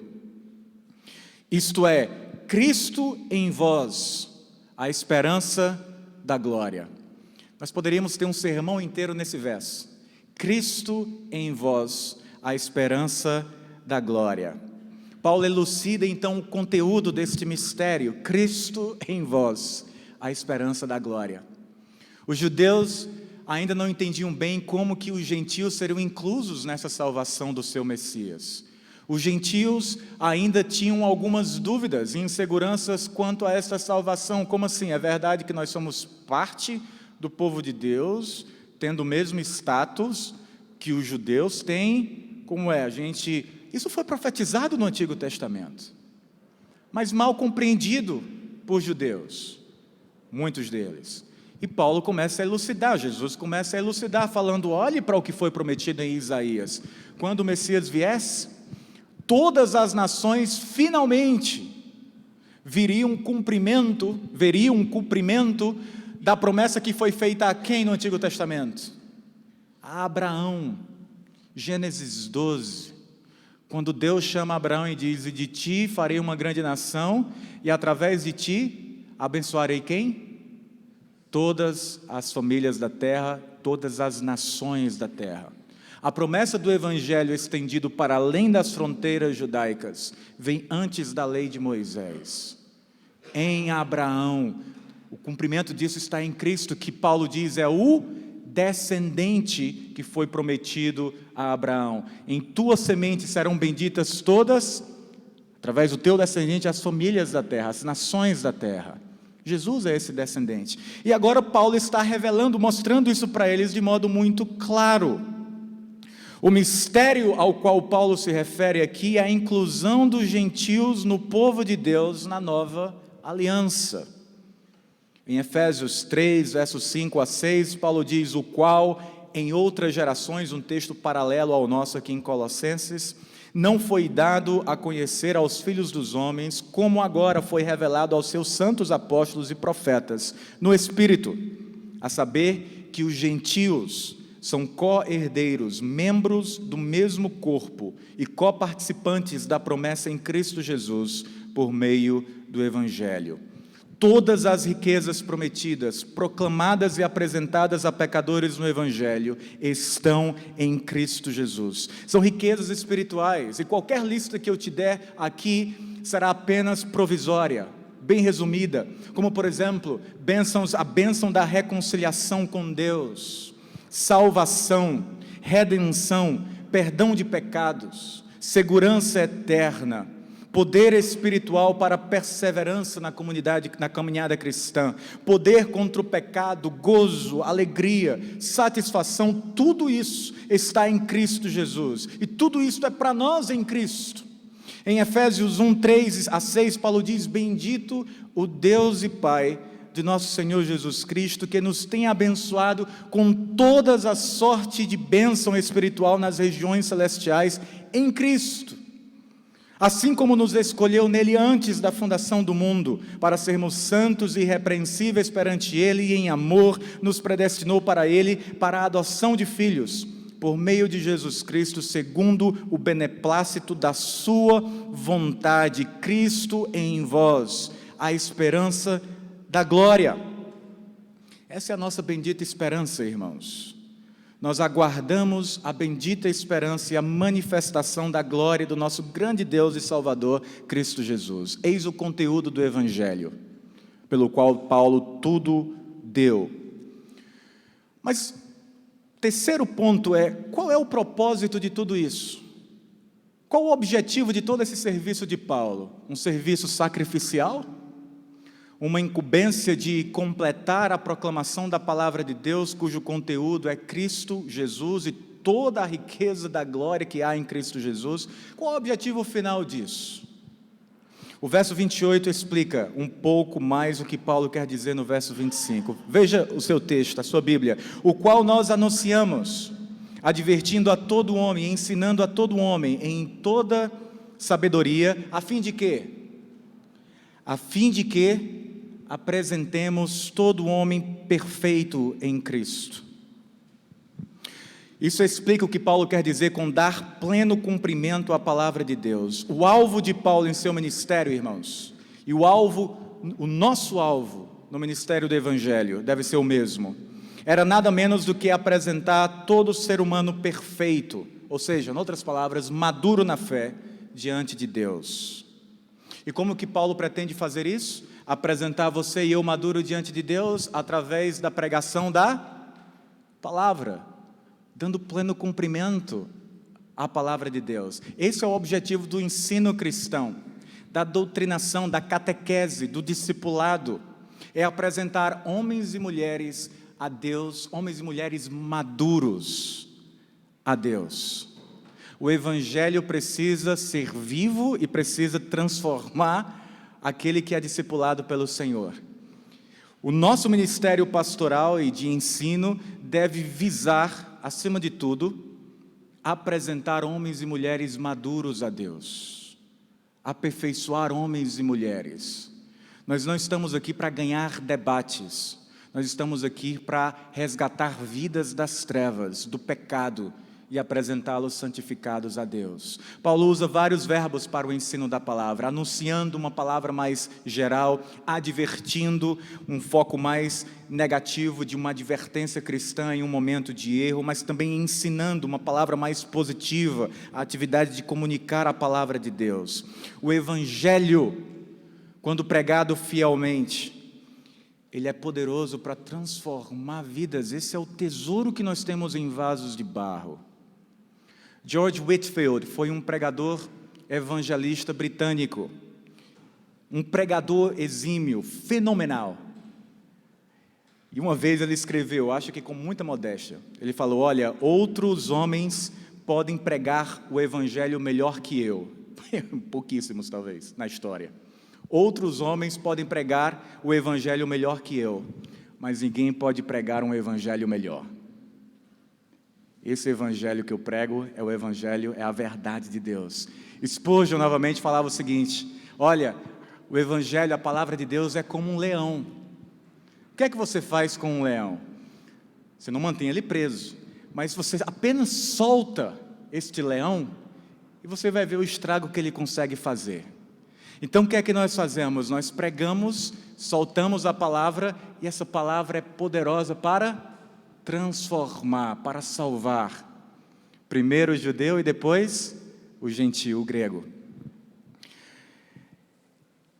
E eu quero fazer duas observações para terminar esse ponto. O primeiro é que, se o objetivo de Paulo era apresentar todo ser humano, todo cristão maduro diante de Deus, é óbvio que o ministério da palavra e do evangelho vai para além do púlpito. Mas eu imagino que há uma implicação de discipulado pessoal, de andar diariamente com outros crentes, afiando um ao outro com a palavra de Deus, com exortação, com ensino, com a vivência com base na palavra de Deus. Está me entendendo? E assim nós amadurecemos no conviver um com o outro. Leia Efésios 4 depois, veja a importância, reveja, releia e perceba novamente a importância que Paulo dá a cristãos unidos naquelas mesmas juntas, interligadas. E como que através do nosso discipulado mútuo, do andar juntos, nós somos edificados e somos aperfeiçoados em Cristo Jesus. Sem esse cristianismo em comunidade, esqueça maturidade cristã. Esqueça isso, não existe. Então vai para além do púlpito, mas vai para um evangelho que é pregado no dia a dia, ensinado e experimentado no dia a dia. E segundo, Paulo fala de sabedoria. Ele fazia tudo isso, ensinava, admoestava, instruía, com toda sabedoria. Falta muita sabedoria em alguns púlpitos, falta muita sabedoria em pastores midiáticos. As redes sociais são bênçãos de Deus, muitos trabalhos positivos. Da Sherlock Holmes, por exemplo, se você não conhece, você pode conferir, tem muita coisa boa, bênção de Deus. Mas tem outras coisas. Não só na mídia, mas a mídia apenas potencializou isso que já se era feito em privado. Há muita tolice na maneira como nós lidamos com a palavra de Deus. Homens e mulheres pernósticos, que estão ali para disputarem, para brigarem, para mostrarem os músculos teológicos. Eu sei mais da Bíblia do que você. Briguinhas, que não favorecem o reino de Deus, frutos de orgulho e egoísmo. Paulo estava disposto a perder se o evangelho fosse proclamado. Nós não estamos dispostos, ou nós temos a tendência pecaminosa de não perder, ainda que o evangelho esteja em jogo. Nós queremos ficar por cima, dar a última cartada, a última palavra. Falta sabedoria na maneira como nós comunicamos a palavra de Deus. Ou, se não falta, nós precisamos aperfeiçoar e buscar essa sabedoria, deixá-la ainda melhor. Por último, irmãos, eu quero apenas destacar brevemente, e já encerro. Na sua vida em que ele tudo deu pelo evangelho, Paulo nos fala do preço que ele pagou, que ele estava pagando. Ele fala da incumbência que era dar pleno cumprimento ao quê? A palavra de Deus, o mistério que estava oculto, Cristo em vós, a esperança da glória. Ele nos fala do propósito. Paulo pregava com vistas a aperfeiçoar homens e mulheres para Deus. Já pensou? Já pensou nisso? Nós somos chamados para discipular uns aos outros, com vistas a apresentar essa pessoa a Deus, santificado. Paulo fala isso quando ele traz a incumbência aos pastores, aos homens, aos maridos de amarem as suas esposas, sua esposa como Cristo amou a sua igreja, a ponto de entregar a sua própria vida por ela, para a santificar e a aperfeiçoar. E nós somos chamados para fazer a mesma coisa. Nós, com o ministério da palavra, e cada crente no seu discipulado pessoal uns com os outros. Esse é o propósito de tudo isso. Mas veja só, por último, a ética ministerial de Paulo, verso 29. Para isso, para tudo isso, para esse propósito, é que eu também me afadigo. Veja só, e eu reclamando de cansaço por bobagem. Veja só, Paulo está preso, mas está tranquilão. Fala, por isso mesmo, para isso mesmo me afadigo. Veja quantas palavras ele amontou aqui para trazer o mesmo sentido, para deixar bem claro. Isso aqui é a maneira de Paulo falar assim, irmãos, mais claro do que isso, só se eu desenhar para vocês. Veja só, ele fala, é por isso que eu me afadigo, esforçando-me o mais possível, segundo a sua eficácia que opera eficientemente em mim. Cristianismo maduro, servir a palavra, dar tudo pelo evangelho, dá trabalho. Você precisa entender isso. E Jesus, eu acredito, ele não se impressiona com multidões, de forma alguma, ele não se empolga com isso. Se você duvida, leia João novamente, 6, quando as multidões vêm, todo aquele multiplicar de pães, o que é que eles querem fazer? Eles querem abrir uma mega igreja e querem que Jesus seja o pastor deles. Já pensou? Você tem mais de 5.000 homens, só homens, conta as mulheres e crianças ali, uma multidão, que igrejona. Eles querem levar Jesus e torná-lo seu pastor. E Jesus faz o quê? Foge deles. Ele não está empolgado com números. Ele quer pessoas fiéis, crentes maduros, que conhecem e pagam o preço do discipulado. Está entendendo? A ética ministerial de Paulo envolvia fadigas. É um trabalho duro, apesar de que nós precisamos equilibrar isso com um bom descanso, é óbvio. Mas Paulo levava a sério a palavra de Pedro, de ser chamado para a palavra e a oração. Ele dava cumprimento a tudo isso. Mas aí Paulo, como sempre, ele junta duas coisas interessantes, que a gente vê isso no Novo Testamento várias vezes. A agência humana, ele fala, eu trabalho, sou eu quem faço isso, eu me afadigo, passo noites acordadas às vezes para essa turma toda. Mas não sou eu que sou eficaz em fazer todas essas coisas. Veja como ele termina. Segundo, com base na sua eficácia que opera eficientemente em mim. De onde vinha a energia de Paulo? De onde vinham os resultados positivos do trabalho de Paulo? De Deus. Graça divina. Paulo entendia as duas coisas em equilíbrio. A agência humana e a graça de Deus que me potencializa para fazer essas coisas. Eu lembro, por exemplo, de 1 aos Coríntios 15:10, Paulo, no capítulo-chave da ressurreição no Novo Testamento, Paulo fala, mas pela graça de Deus, se referindo aos demais apóstolos, mas pela graça de Deus sou o que sou, e a sua graça para comigo não foi em vão, antes, trabalhei muito mais do que todos eles, talvez postos juntos, eu trabalhei muito mais do que todos eles, todavia não eu, mas a graça de Deus que está em mim. Faz sentido? Paulo sabia da sua dependência de Deus. Nós pastores, pregadores, discipuladores, evangelistas, um outro pastor americano chamado John MacArthur, ele tem um moto no ministério dele de décadas, que eu acho extremamente interessante. Ele fala o seguinte, ele diz que logo cedo no seu ministério ele fez um compromisso diante do Senhor, que ele simplesmente se preocuparia com a profundidade do seu ministério e que ele deixaria Deus tomar de conta da extensão do seu ministério. Em outras palavras, se preocupe em ser fiel ao chamado de Deus para o discipulado e para o ID e pregar o Evangelho. E deixa que Deus cuide dos resultados. Você é fiel, solta a palavra e deixa ela fazer o trabalho. Preocupe-se em pregar o Evangelho fielmente, deixe que Deus o faça prosperar. Portanto, nesse exemplo de um homem que deu tudo pelo Evangelho, nós vemos o preço que ele pagou, nós vemos aqui a incumbência que foi proclamar, dar pleno cumprimento à palavra de Deus, cujo conteúdo é o próprio Cristo, esse tesouro que nós temos em vasos de barro. O propósito de Paulo com tudo isso não foi se mostrar o maior intelectual que o cristianismo já viu em sua vida, apesar de ter sido o maior teólogo que o cristianismo já produziu, mas não era esse o objetivo dele. O objetivo era o quê? Trabalhar, se esforçar, se afadigar para apresentar todo homem e mulher sob a sua responsabilidade maduros diante de Deus. Amor a Deus, amor ao próximo. E para isso, ele tinha uma ética de trabalho bastante rígida, de fadigas, de sofrimento em prol da igreja, sem murmurações. Nós precisamos, irmãos, entender uma vez mais que nós temos esse tesouro em vasos de barro, para que a excelência do poder seja de Deus e não de nós. Os sofrimentos que nós pagamos em prol do reino de Deus geram maturidade em nós e naqueles a quem nós estamos servindo, a quem nós ministramos.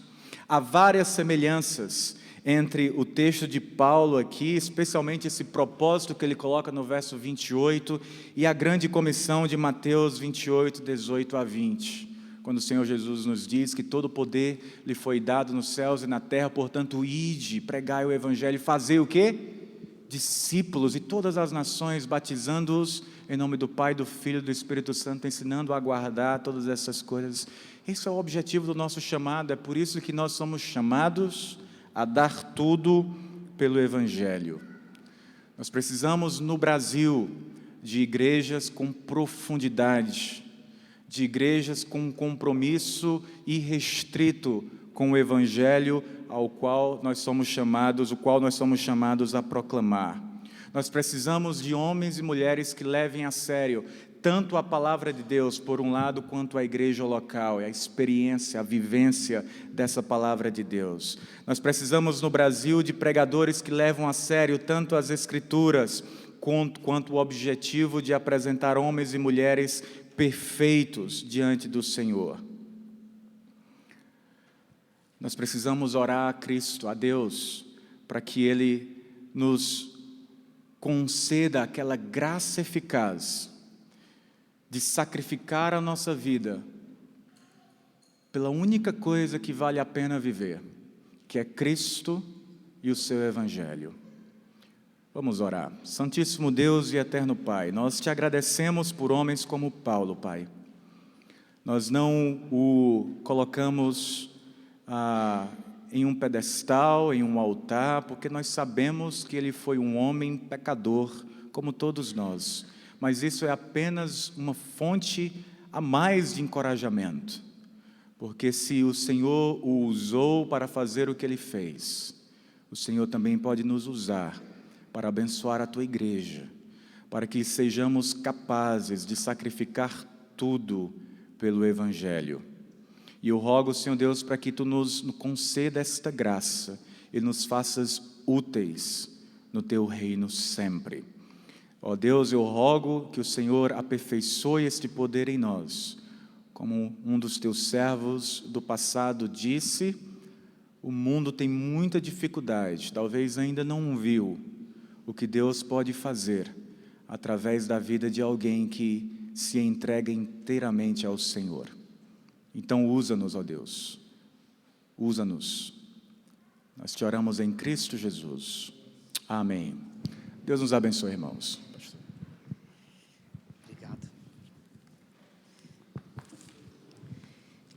Obrigado, pastor, pela palavra, pelo compartilhar dela. Que Jesus continue a abençoá-lo ricamente. E que agora, dia 1º, né? Dia 1º, que seja um dia muito especial na vida de vocês dois, viu? Deus abençoe. Muito obrigado. Quero chamar aqui o grande Davi Luca. E seus papais e seus avós. Nascimento está aí, de Leã, Ismael, Sara, por favor, venham aqui.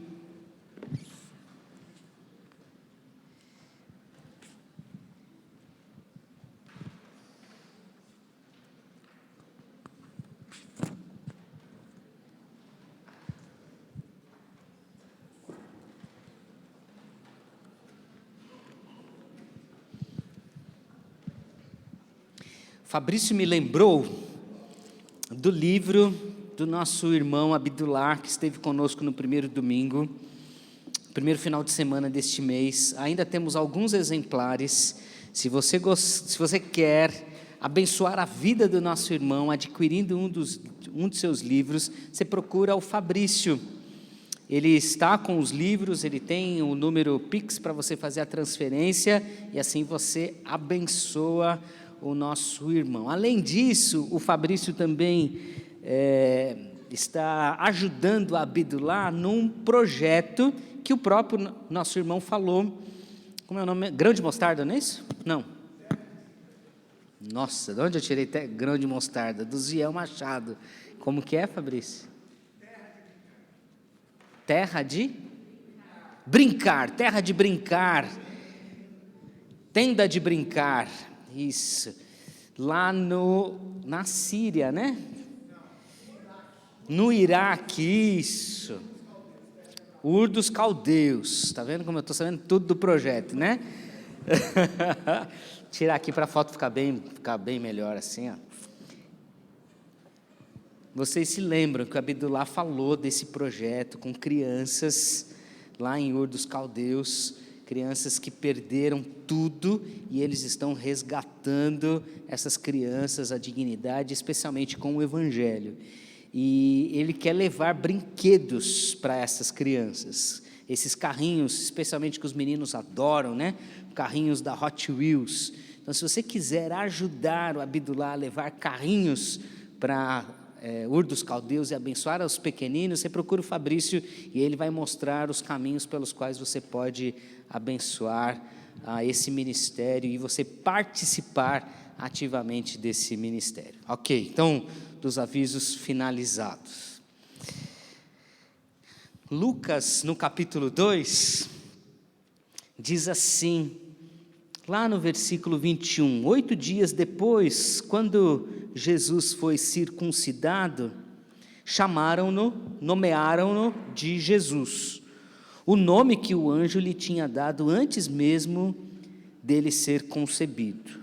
E chegou o tempo da oferta de purificação, como era a exigência da lei de Moisés. Seus pais o levaram a Jerusalém para apresentá-lo ao Senhor, pois a lei do Senhor dizia: se o primeiro filho for menino, será consagrado ao Senhor. Assim, ofereceram um sacrifício exigido pela lei do Senhor, 2 rolinhas ou 2 pombinhos.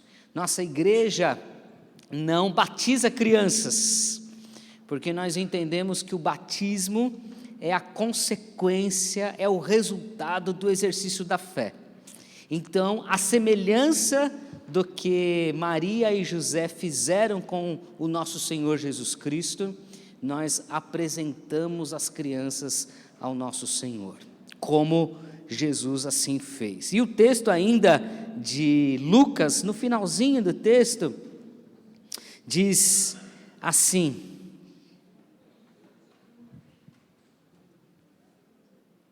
o versículo 39, após cumprirem todas as exigências da lei do Senhor, os pais de Jesus voltaram para casa em Nazaré, na Galileia. Ali o menino foi crescendo saudável e forte, era cheio de sabedoria e a graça de Deus estava sobre ele. Léo, Suelen, Pedrinho, Pastor Nascimento, Dilean, Sara, Diácono, Ismael, que privilégio é o que a gente tem na noite de hoje de apresentar o Davi Luca ao Senhor. E a nossa oração no nome de Jesus é que o Davi Luca, à semelhança de Jesus, cresça saudável e forte. Cresça saudável e forte. Saudável no seu físico, nas suas emoções, na sua espiritualidade e com muita força.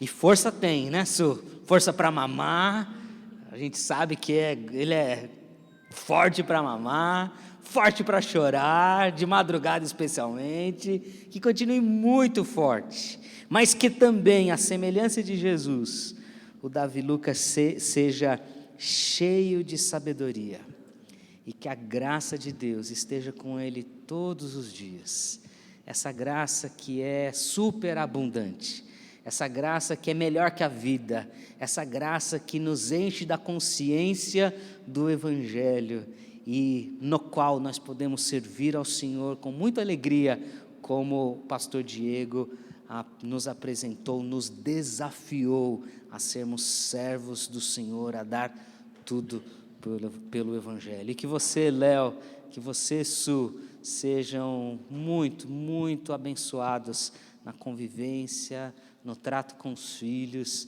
que vocês sejam cheios de sabedoria para educar o Davi Luca nos caminhos de nosso Senhor Jesus Cristo. Que Deus os encha de sabedoria, que Deus os encha de graça e que vocês sejam modelos de Jesus Cristo para Ele, para que eles, à semelhança de vocês, sigam os seus passos seguindo a Jesus. Outro dia, Su, numa conversa já deitados, eu e a Vivian deitados, nós lembramos de você, porque a gente estava lá cansado por causa das crianças que tiraram toda a nossa energia, e a Maia já tinha chorado na madrugada lá, e a gente estava conversando e tal, e a gente estava desejoso de fazer alguma coisa que não dá mais para fazer, que era jogar tênis juntos, né? Por causa não tem tempo, por causa das crianças e tal. Eu falei assim, um dia vai ter o tempo, porque o tempo passa, né? Aí eu falei, a Suelen, que era minha ovelha quando criança, quando eu me formei, pastor Diego, eu te falei, né, que eu me formei e vim ser pastor auxiliar aqui nesta igreja, e a Suelen era a minha ovelhinha, né, uma das primeiras a sair do meu rebanho, vir para ser adolescente, e disse então, Su, a Su já é mãe do seu segundo filho, nós vamos apresentá-la a Jesus, então o tempo passa, e que privilégio a gente poder andar e o tempo passar, mas a gente continuar firme nos caminhos do nosso Deus. Não tem coisa melhor, tudo pelo Evangelho, no nome de Jesus. Pastor Nascimento, vou dar para você à semelhança do Pedrinho, o privilégio de orar. Que privilégio é esse, né, gente? Um vô pastor orar pelo seu neto e apresentá-lo ao nosso Senhor Jesus Cristo. Vou dar para você esse privilégio de orar e apresentar o Davi Luca aos pés do nosso Senhor Jesus. E convidar toda a igreja para ficar em pé, estender as suas mãos e nos acompanhar nesta oração.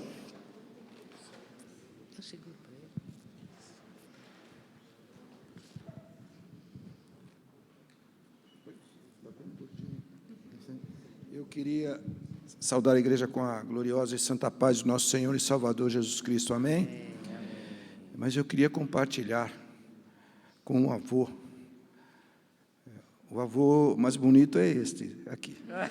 Mas o avô, que inclusive o Davi parece muito com este avô aqui, principalmente o branco dos olhos.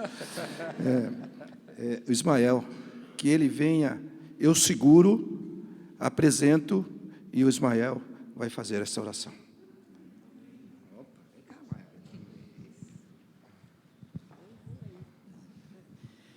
Paz, irmãos, vamos orar. Senhor nosso Deus, graças te damos, ó Pai, por esta oportunidade tão sublime, ó Pai, o qual vemos aqui apresentar, Senhor, esse nenê, o Davi Luca, Senhor amado. Pai, nós queremos te pedir, Senhor, as tuas bênçãos sobre esta criança, ó Pai amado. Que tu possa, Pai, derramar as tuas bênçãos, que ele possa crescer, Senhor, sempre obedecendo a seus pais, e que seus pais também possam passar, ó Pai, a tua palavra a eles, que ele possa crescer com força, Senhor, com grande alegria, com saúde, ó Pai amado, e que ele possa estar junto conosco, possa aprender com seus pais a adorar o teu santo nome, ó Pai amado, desde criança, e que possa te servir, Senhor, e que nós possamos ver as tuas bênçãos sobre este lar, Senhor amado. Abençoe os seus pais, abençoe o Léo, a Suelen, o Pedrinho, Senhor amado. Senhor, abençoe esta família maravilhosa, ó Pai, que eles possam celebrar, Senhor, com esta grande bênção, Senhor, que é a vida do Davi Luca, Senhor amado. Senhor, proteja, Senhor, guarda, Senhor amado, e traga a tua paz sobre todos. É o que nós te pedimos e te agradecemos no teu nome. Amém, ó Pai. Amém, amém, amém. Vamos fazer a pose aqui para foto.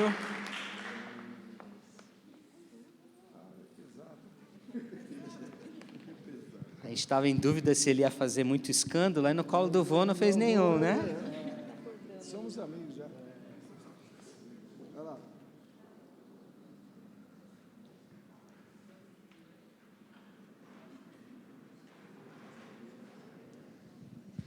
Ótimo. Deus abençoe, Léo. Deus abençoe ricamente, Su. Deus abençoe Nascimento. Dilian. Deixa eu entregar o certificado.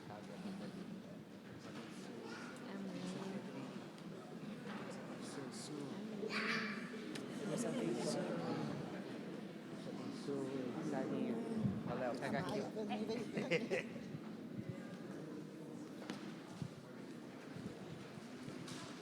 Dá o certificado.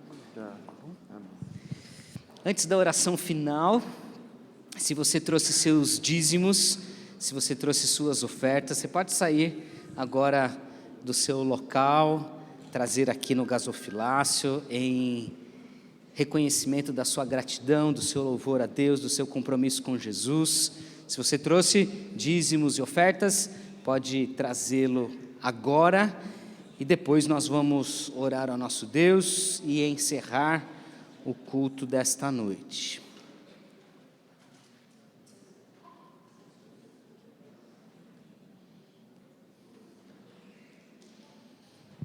Vamos ficar em pé então para orar? Que Jesus nos dê uma semana de paz, uma semana de alegria, uma semana na presença do nosso Deus. Vamos dar as mãos, vamos fechar aí os corredores, vamos orar uns pelos outros, interceda pela pessoa que está aí do seu lado. Se você não sabe o nome dela, pergunte o nome dela aí se você não sabe. Se você sabe, enquanto eu oro, você ora junto, intercedendo pela pessoa que está do seu lado, pedindo que Deus supra todas as necessidades. Interceda por saúde, por sua família. Se ela tem filhos, coloque os filhos dela. Se ela tem netos, coloque os netos dela. Se ela é solteira, ore a Deus para que Deus dê um companheiro, uma companheira para ela. E assim Deus abençoar a nossa casa, a nossa igreja e a nossa família no nome de Jesus. Vamos orar? Engrandecido seja o teu nome, Senhor, louvado seja o nome de Jesus. Obrigado por este culto que prestamos a Ti. Nós pedimos, ó Deus, a Tua bênção para as nossas casas, pedimos a Tua bênção para as nossas vidas e tudo, ó Senhor, que faremos na semana que só está iniciando. Protege-nos, ó Deus, dirija-nos, Senhor, cuide, ó Deus, de cada detalhe da nossa existência, do nosso levantar ao nosso deitar. Cuide, Senhor, das famílias, das crianças, dos adolescentes. Protege, Senhor, os jovens do mal, do maligno, da maldade, no nome de Jesus. Cuida, Senhor, da nossa igreja. Prospera, Senhor, o trabalho de nossas mãos. Abençoa, Senhor, pastor Diego, a Ana Paula, o casamento deles. Ó Senhor, supre as necessidades deles em Cristo, no nome de Jesus. Fortalece, Senhor, as nossas casas. Abençoe, Senhor, a nossa igreja.